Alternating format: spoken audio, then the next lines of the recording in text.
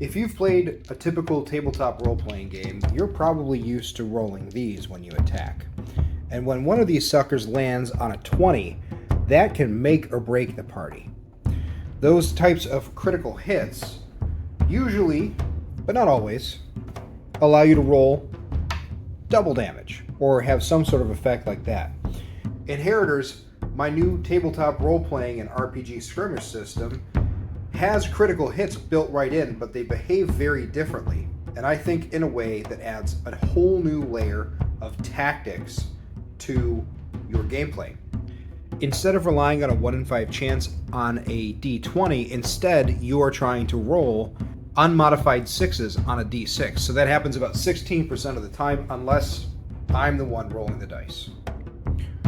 In Inheritors, anytime you roll an unmodified roll of 6, that counts as a critical success.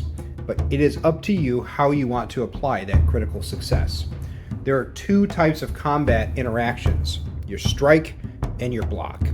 A strike is used to apply damage to the other party in the combat, and a block is used to cancel that damage out. If you roll an unmodified 6, a critical success in other words, that becomes a critical strike, which is unblockable except by a critical block. So a critical strike can't be blocked unless the other party has rolled an unmodified 6. On the flip side, a critical block can always block another dice regardless of what the roll was. So when you do roll a critical success, not only do you get to choose how you're going to apply it, you don't run the risk of rolling your natural 20 and then you roll crappy double damage that doesn't do a whole lot of anything and really just waters down the moment.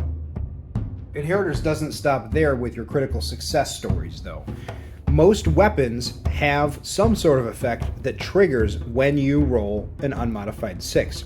So for example, if we bring our inheritor close to our hyenid here, if my inheritor rolled an unmodified 6 and he has something like a war scythe or a war axe, that might activate a sweeping effect that allows him to target not one, but 2 enemies that might be near him.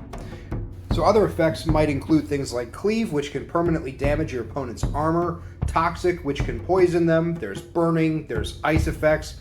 There are effects that manipulate the terrain too, and they might change what's going on around you.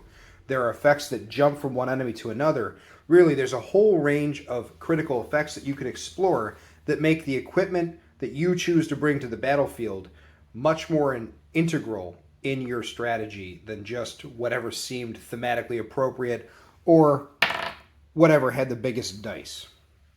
So that's how critical hits and critical blocks work, and it's how critical effects work in Inheritors. If you like the flow of this kind of more tactical, dynamic system, then I'd encourage you to check it out over on the Kickstarter, which is running from October through November of this year, and it will be available for everybody in April of next year, one way or another. Thanks for listening. Stay fierce.